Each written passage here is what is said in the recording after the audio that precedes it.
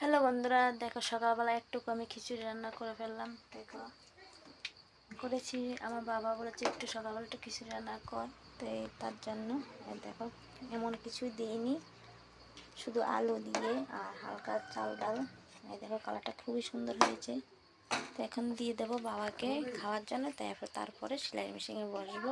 আর আজকে কটা দিন তোর খুবই বিজি আছে, তো তোমরা পাশে থেকো, আমিও চেষ্টা করি কাজে ফাঁকে ফাঁকে তোমাদেরকে ভালোবাসা দেওয়ার জন্য।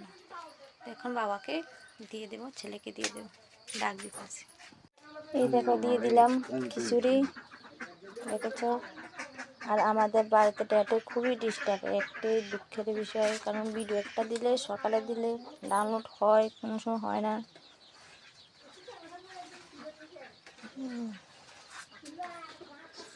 আর বৃষ্টি হয়েছে কালকে রাত্রে, আজকে সকালবেলা খিচুড়িটা করলাম।